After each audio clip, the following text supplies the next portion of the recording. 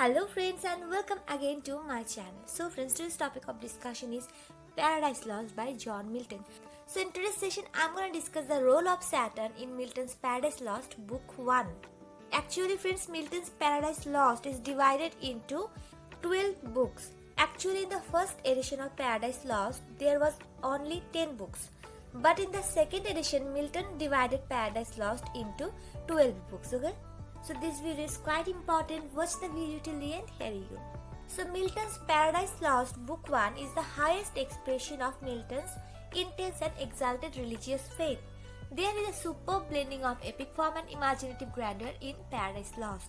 The theme of Paradise Lost is religious, but its treatment is classical.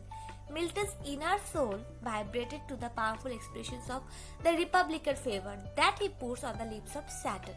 So in the character of Saturn, he has been exposed his own pride, temper, love of liberty, defense of authority and energy.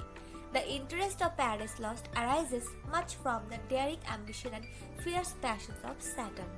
So friends, from this paragraph it is clear that Saturn is a wonderful creation by Milton, and in the character of Saturn, Milton displayed the characteristics of pride, of temper, of love for liberty, defense of authority, energy, etc. Okay, and even the main interest of Paradise Lost emerges from Saturn's magnetic personality. Okay, so the strength of the portraiture of Saturn is due to the fact that the poet is expressing his Renaissance spirit. So friends, now we have to know that what is Renaissance and Renaissance spirit. Friends, we all know that Renaissance, which literally means rebirth or reawakening, is the revival of the European art and literature under the influence of the classical models, specifically found in the 14th to 16th century. Apart from this, we also define Renaissance in the way that Renaissance is the name of the Europe-wide movement that started in Italy, and that movement closed all the conventions of the medieval age and makes for literation in all aspects of life and culture. So now we have to know that what is Renaissance spirit. So in Renaissance, the men wanted all kinds of knowledge. They wanted to be proficient in every field. They want wealth. They want power. This is called the Renaissance spirit, okay? So Milton himself was proud and he had stood against the tyranny of the king in that age.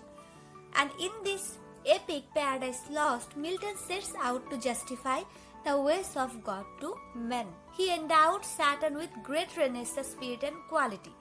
And that's why Saturn is able to oppose against the King of Heaven, okay? So in this context, William Blake remarked that Milton was a true poet and of the devil's party without knowing it. So because of Saturn's indomitable will, courage, organizing power and other Renaissance qualities, Saturn is considered to be a hero. Saturn was an archangel. His personality is dazzling. God created hell to accommodate Saturn and his crew who had revolted against him. Against him means against God. So Saturn was superior to other angels. He was the first to come to scene while floating in the lake of fire. He beholds and addresses Beelzebub, who was his lieutenant. Actually, Milton opens Paradise Lost with the first speech of Saturn after the invocation, okay? And what was the speech? The speech was, "All is not lost, the unconquerable will and study of revenge, immortal hate, and courage never to submit or yield." So we can say that Saturn is heroic in figure, he is subtle in argument, he is firm in his determination. He is also a complex and interesting character. He is so dignified that he hates to surrender to the victor, as if he upholds the banner of humanism, as seen in the period of Renaissance. Okay, so in his first speech, Saturn encourages his lieutenant, who was Beelzebub, in a manner of a true captain. So now we find the characteristics of a true captain in Saturn's character. Though at first sight Saturn regrets the loss of heaven and light, but at the same time he soon recovers himself from the state of despair, as he said that to reign is oath ambition, though in hell. Better to reign in hell than serve in heaven. So from this lines it is clear that Saturn wants to reign. He wants to be a king. So that's why he chooses to reign in hell than serve in heaven, okay? So thus Saturn shows his satisfaction even in the dungeon of hell. Here we find the optimistic Renaissance mind of the poet. The poet means Milton. And optimistic means the hopefulness, the hopeful characteristics of mind in every situation. Then in the fourth speech, Saturn boosts up his soldiers. Soldiers means the fallen angels, and awakens them from the sleep of despondency and exhorts to awake, rise, or be forever fallen. Then in his last speech, Saturn appears to be a worshipper of democracy. His rhetorical interrogation that who can think of sublimation, it is always a negative answer as nobody votes for slavery. Here also he notices Milton's Renaissance spirit protesting against the system of autocracy, right? So now one interesting point is about to come, that there are many critics who take Saturn's character to be a character of false heroism, or who deadly oppose Saturn's claim to be a hero. So now in this context you have to know that what is false heroism and what is true heroism. Okay, so false heroism is a kind of pretension to be a hero. The man who pretends to be a hero in order to impress others and to enlist the support of his followers represents false heroism, okay? On the other hand, true heroism is an inspiration to others. It consists of the attributes that makes life happy, beautiful, and worth living. So now this question arises that whether Saturn has the trait of false heroism or a true heroism. So in Milton's Paradise Lost, in book 1 and 2, we find the characteristics of true heroism in Saturn's character. But from the third book, his heroism begins to degenerate. Okay? And in the fourth book, we see the trace of false heroism.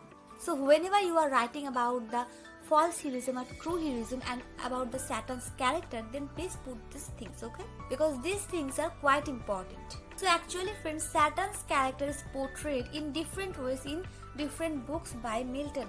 So you have to remember one thing, that whenever you are dealing with Saturn's character in your exams or somewhere else, then read the question carefully, that from which book of Paradise Lost you have to give your answer, okay?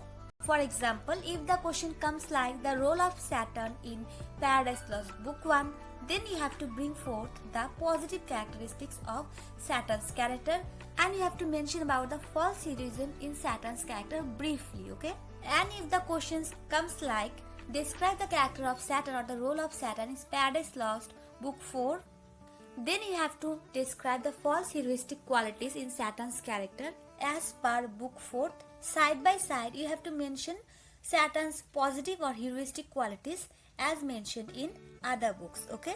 So I said before that many critics considered Saturn as a villain or as a person of false heroism, but on the other hand, many critics also considered him as a hero or as a person of true heroism.